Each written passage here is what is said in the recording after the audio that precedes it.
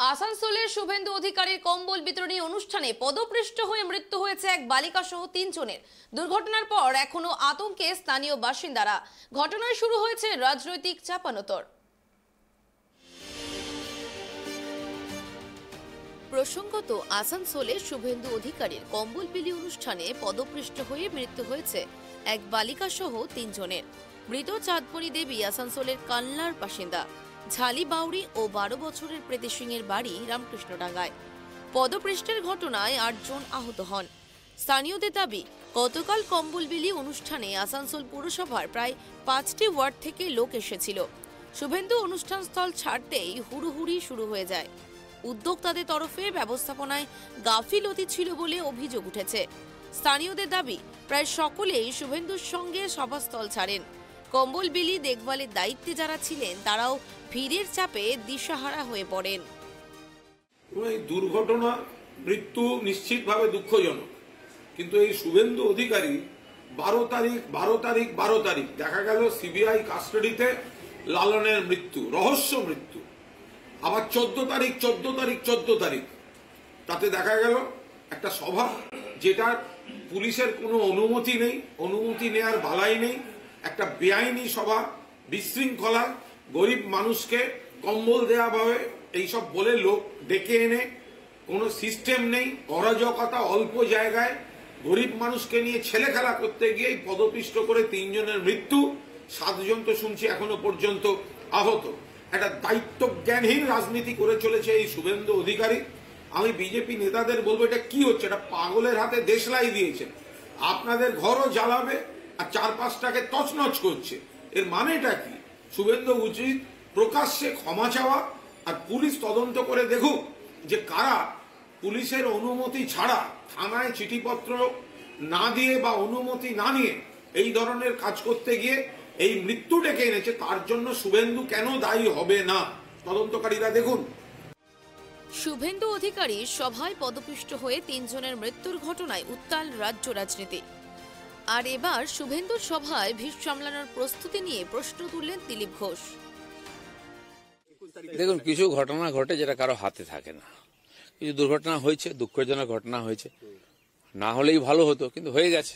সে তো অনুমতি ছিল কি ছিল না, সেটা তো রেকর্ডের ব্যাপার। পুলিশ একরকম বলছে, যারা করেছেন তারা একরকম বলছেন, কিন্তু এই ধরনের বড় প্রোগ্রামে যে ধরনের প্রস্তুতি খালি পুলিশের উপর ভরসা করা হয় না, তো নিজেদের তরফ থেকে হওয়া উচিত।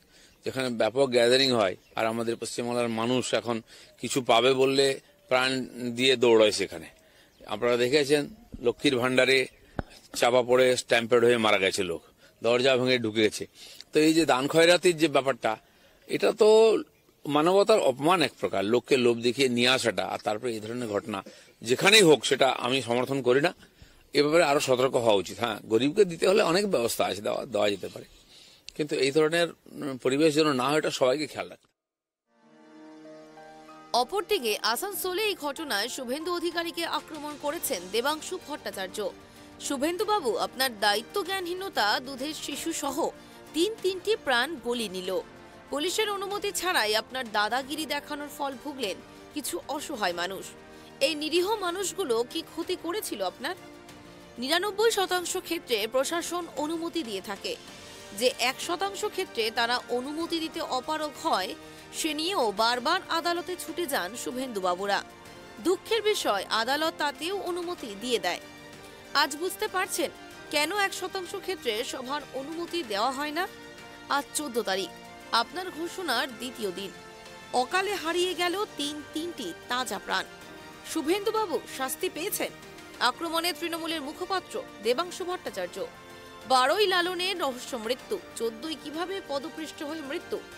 আসানসোলে শুভেন্দুর সভায় পদপৃষ্ঠের ঘটনায় কটাক্ষ তৃণমূলের।